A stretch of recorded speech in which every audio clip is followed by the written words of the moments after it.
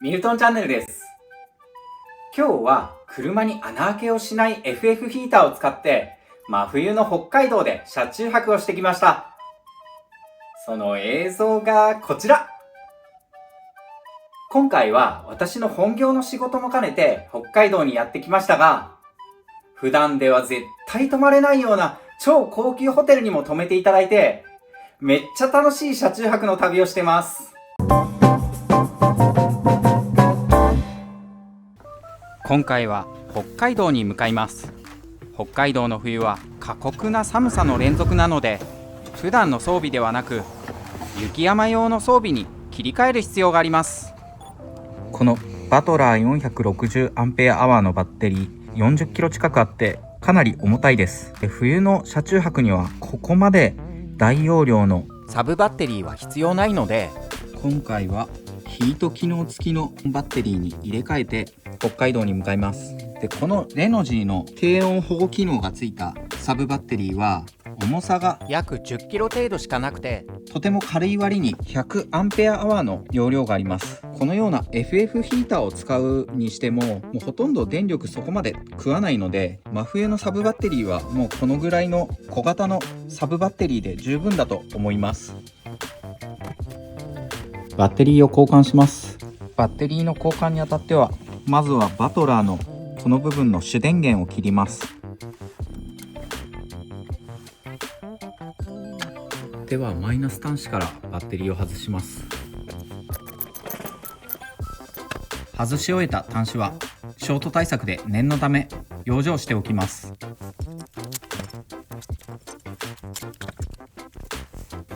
プラス端子も同様に外します。こちらも同様に端子をショート対策でマスキングしておきます。バッテリーから端子を外し終えたら、プラス極とマイナス極にそれぞれキャップをかぶせて、これもショート対策をしておきます。バッテリーを入れ替えました。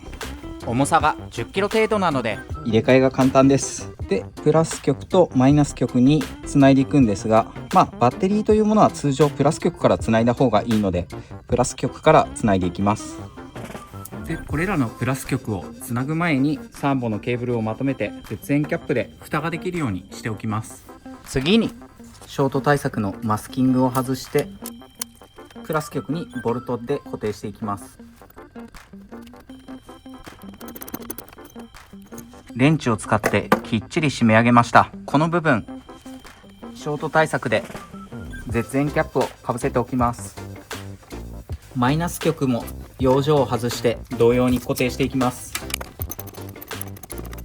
これもボルトが緩まないようにきっちり締めておきます。このバッテリーの端子が緩むことによって発熱発火の事故につながりますので、もしこういったサブバッテリーをご自身で組まれる際は、必ずこのボルトの緩みがないか何回もチェックするようにしてください。またサブバッテリーシステムをご自身で組まれた際は、バッテリーを組みっぱなしではなく定期点検でボルトの緩みがないかチェックすることをお勧めします。そして忘れずにショート対策の絶縁キャップもかぶせます。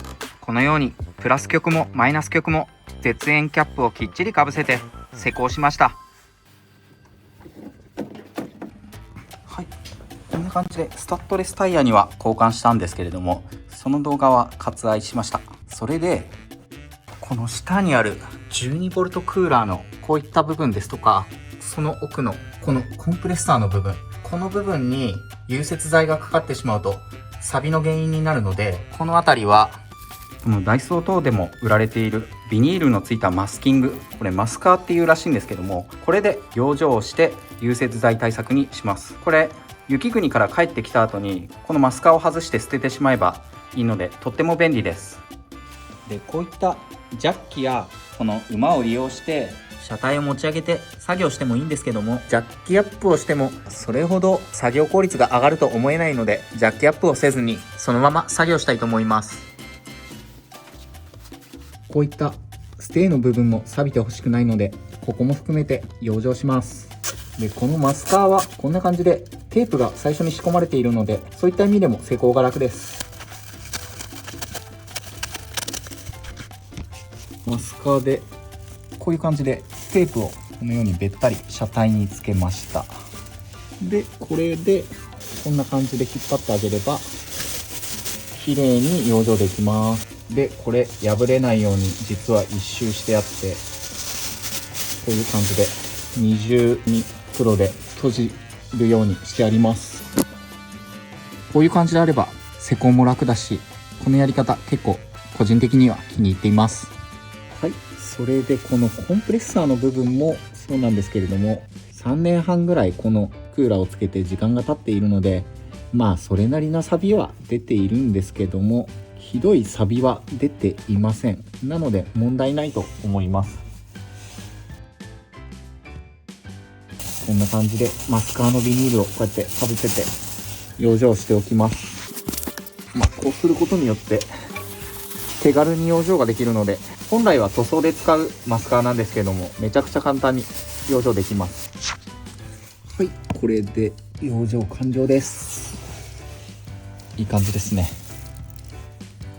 これが車のマフラーなんですが、これ当たってしまうと600度ぐらいになるので、これには当たらないように隙間を10センチ以上は空けて、このようにマスキングしてあります。はい、一応適当ではあるんですけど、融雪剤が触れないように養生できました。これで北海道行きの準備が整いました。東京都内での今年最後の演奏の仕事を終え、夜走りで北海道に向かいます。北海道に車で行くには一度必ずフェリーに乗る必要があるので、新潟港に向かいました。新潟から小樽行きのフェリーはお昼12時の出港なので、11時前には新潟に到着して乗船手続きをする必要があります。東京から新潟までは車で5時間弱なので、途中休憩をしつつフェリーに乗りました。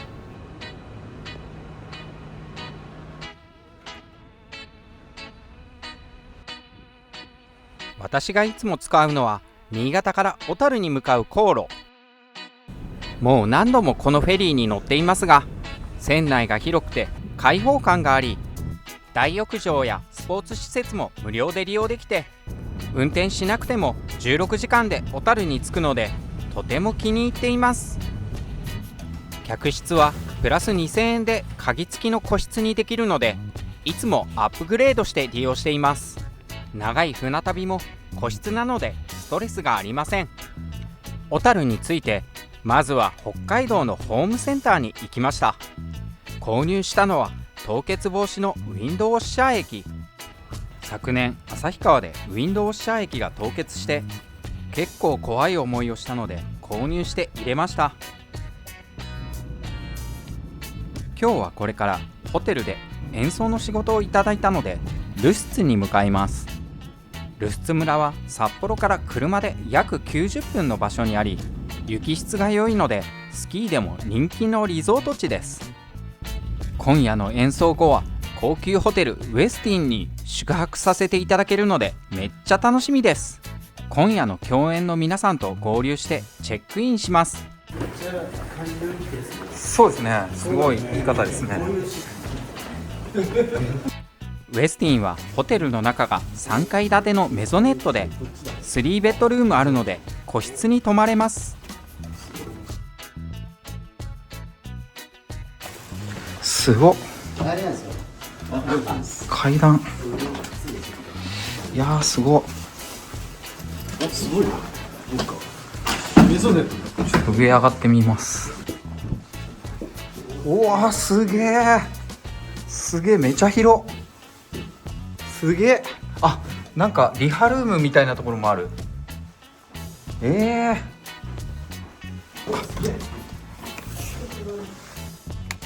すごい部屋だなこれ。すごい。いやーすごい。こんなとこ泊まったことないな。いやーすごい。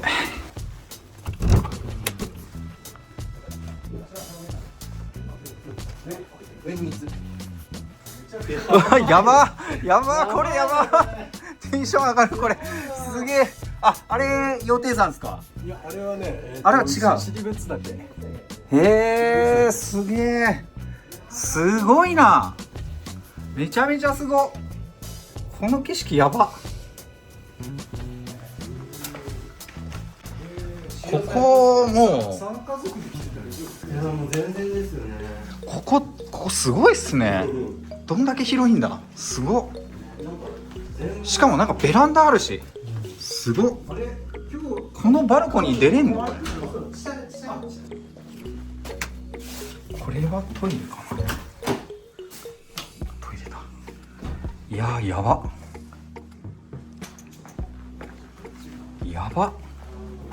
すごすぎるな。うわこれ下もあるじゃないですか。すごっ。すごいな。うわこれベッド3ベッドありますよ。やば。やば。下行きました。あすごっ。うわやば。えぐえぐ。すごいキングサイズのベッドだ。えぐすぎる。やば。やばい。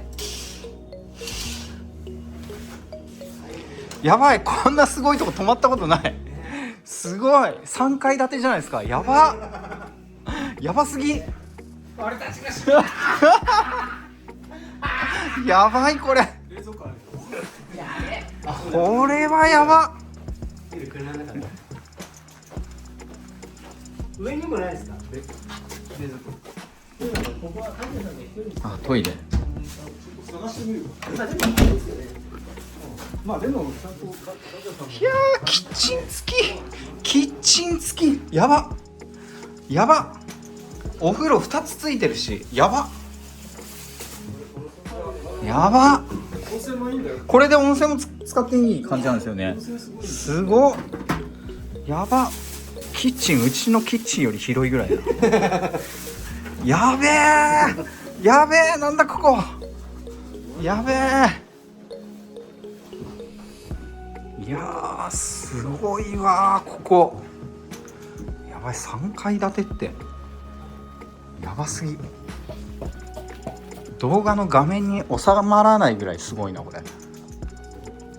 これはやば。やばいなここ。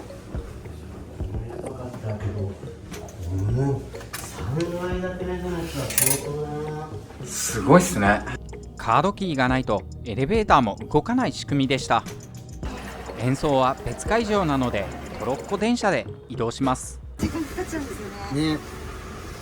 待ち時間が。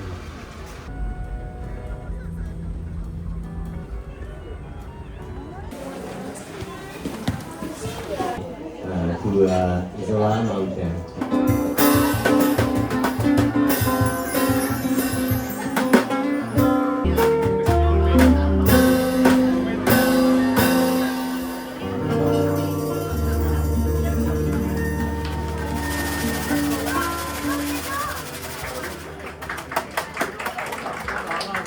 Oke, いやキングサイズもらえるってだいぶやばいっすね。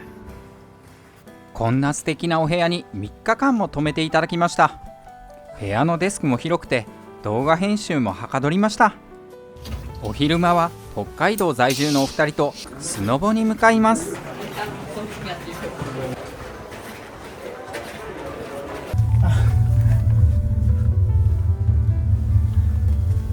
あすげえ綺麗。今日は景色を予定さ多分くっきり見えると思う。私はまだ4回しかスノボをやったことがなく完全初心者なんですが中級コースを滑ってみます。私以外のお二人はスキーがめっちゃうまいんですが私はかかしがスノボに乗ってるようなぎこちなさです。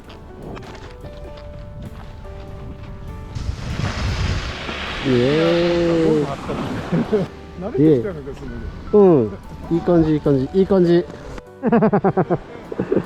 記録としてこのノッチが成長するから。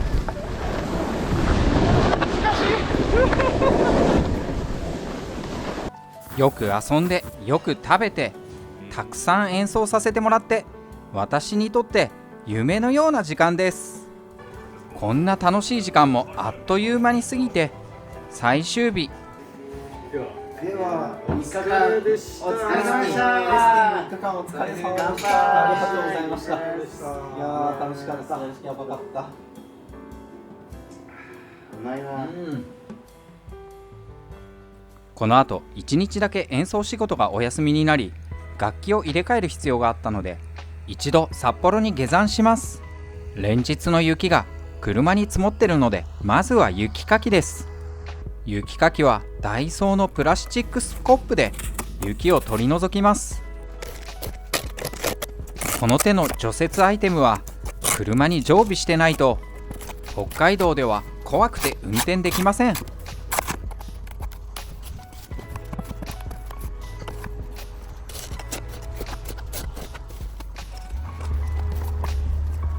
またプラスチックスコップは車の前の雪の除雪にも使えます。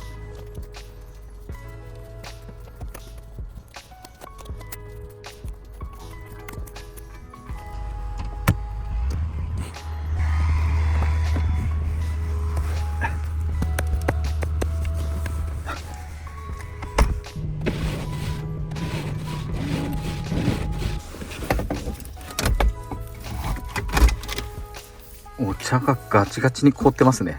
すごっ。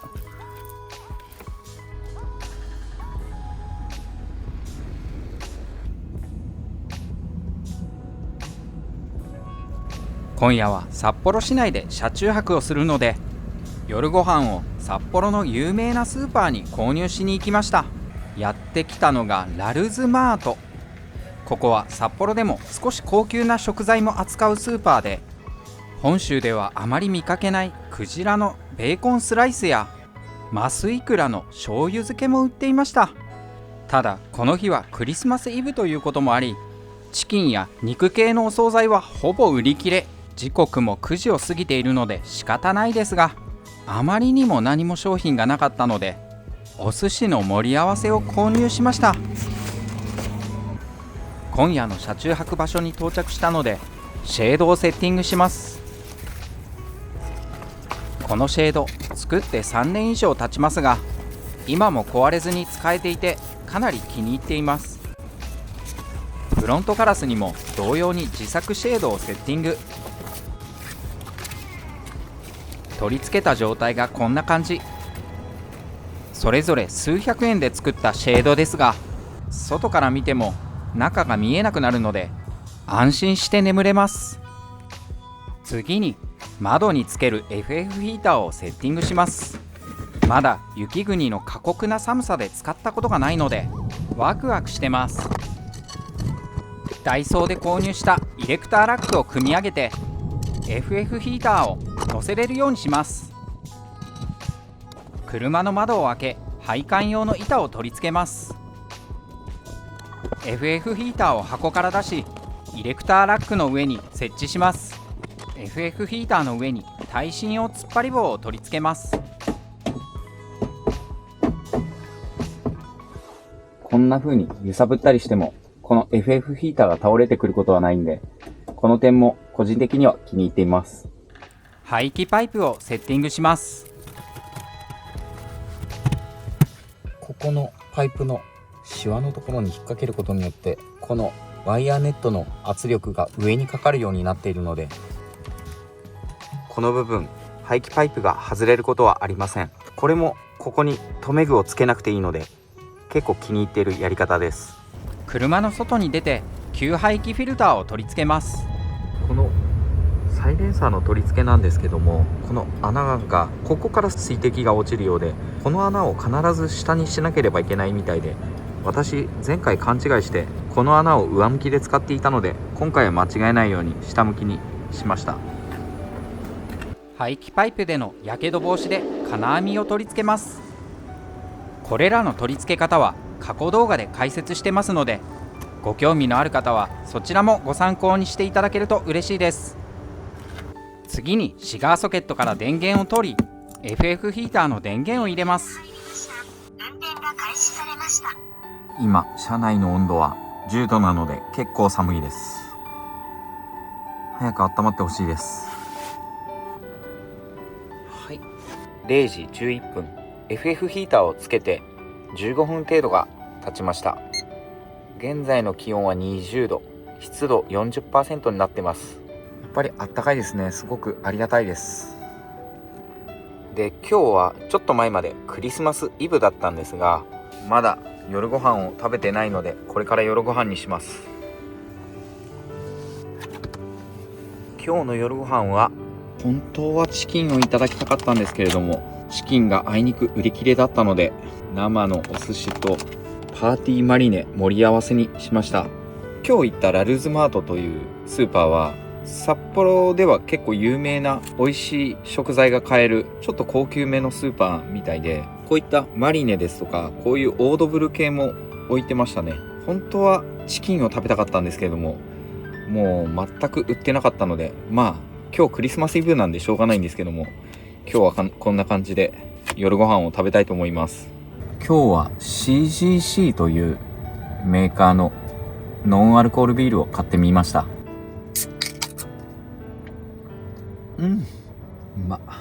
で、実は明日からもずっと演奏の仕事をいただいてるので、ちょっとバタバタではあるんで、出来合いのものを食べちゃってるんですけども、とりあえずいただきます。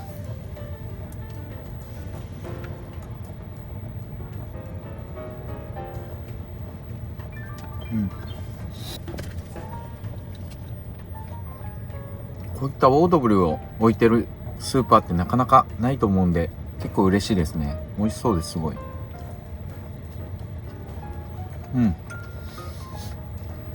生ハムすごい美味しいです。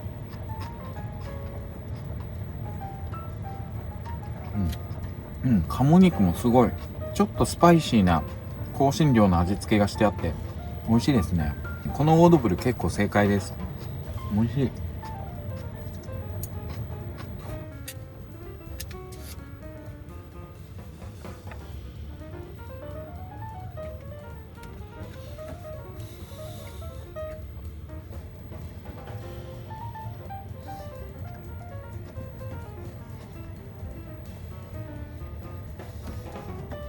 ごちそうさまでした。で、今日はクリスマスなのでちょっといちごのショートケーキを買ってみました。これ顔がサンタの顔描いてあると思ったら実はフィルムだったみたいで、外すと普通のケーキみたいです。これもいただきます。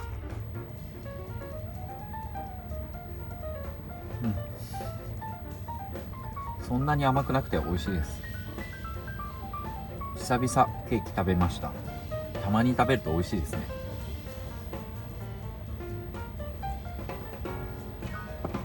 ショートケーキ美味しかったです。現在の時刻0時53分、気温が27度まで上がりました。湿度は 31% です。で、この FF ヒーターものすごく暖かくなってくれるんですけども、一点ここに FF ヒーターを設置していることで弱点に気づきました。それはここから上の温度はものすごく暖かいんですけれども、この床のこの辺りの温度は割とスースーして結構この辺りが寒いです。なのでサーモグラフィーカメラでチェックしてみます。まずこの温風が一番当たっているところは36度まで上がってます。かなり暖かいです。こういったドアの鉄の部分も31度になっています。天井も30度以上超えてますね。で、この床をチェックしてみます。13度、12度、奥の遠くの方になると11度まで下がってしまいます。10度になってるところもありますね。なのでこの床面はかなりスースーします。この温風を下にサーキュレーター等で回せばいいんですけれども、サーキュレーター等を使わないとこの床下まで温まらないという欠点に気づきました。私実はこの部分に FF ヒーターをもう一つ仕込んでいて、ここから温風を出している時はこの床面全体が温まってくれたのでものすごく快適に過ごせたんですけれども、 FF ヒーターをこの位置に置くとこういう床まで温めることが結構難しいということが分かりました。そういったところはちょっとデメリットなのかもしれません。セルタンのマットレスと羽毛布団を使って寝ます。これらの装備があれば外気温がマイナス20度でも快適です。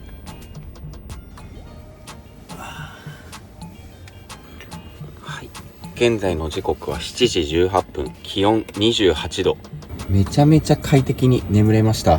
今この表示が29度という風に出てるんですけども、それはこの辺りの気温であって、この床面はだいたい10度ぐらいなので、ちょうどこのテーブルから下ぐらいが20度ぐらいなんじゃないかなと自分では思ってるんですけど、かなり快適に眠れます。羽毛布団をリュックに入れて片付けます。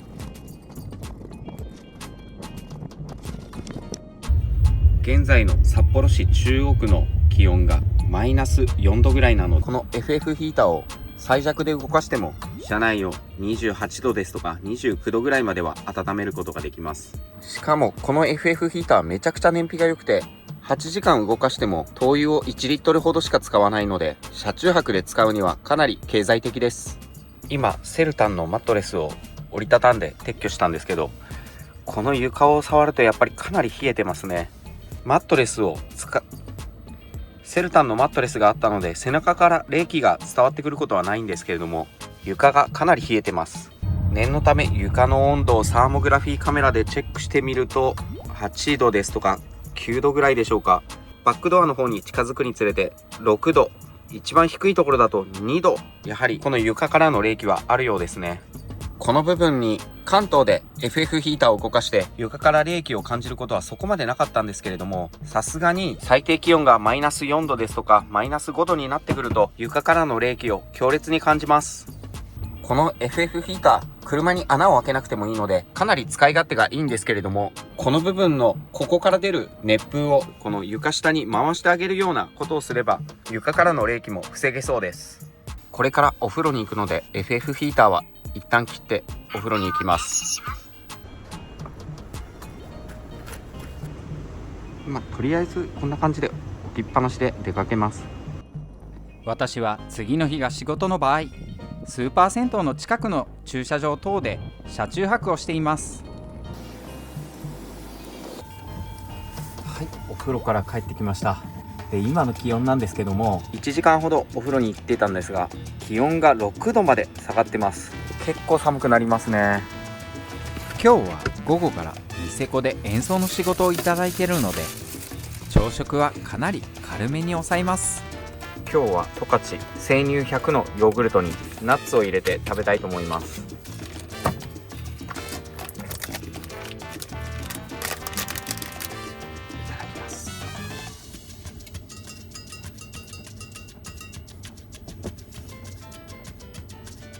取り付けていた FF ヒーターのアイテムをすべて片付けます。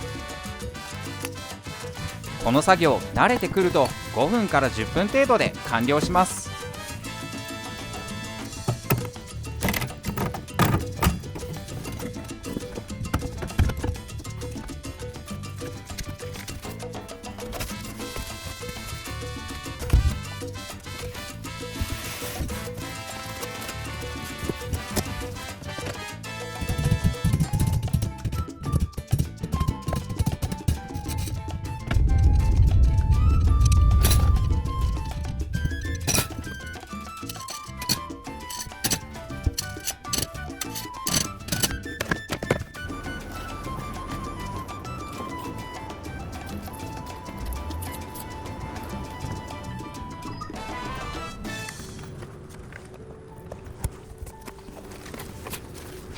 この撤収作業、雪さえ降ってなければ意外と簡単に撤収できます。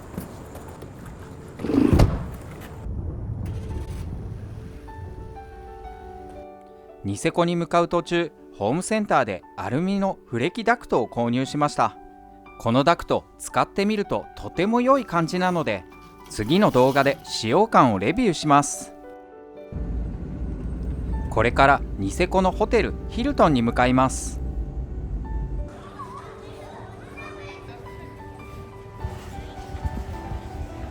年末年始は1月3日まで夜7時から9時20分の時間帯で休まず演奏しています。演奏場所はヒルトンの1階のロビーでジャズやボサノバをお楽しみいただけます。観覧は無料ですので、もしご興味があればふらりと遊びにいらしてください。本日もご視聴ありがとうございました。もしこの動画を気に入っていただけたら、チャンネル登録、高評価ボタンよろしくお願いいたします。次回は寒さや雪の厳しいニセコ町でも車中泊をしています。ぜひ楽しみにしていてください。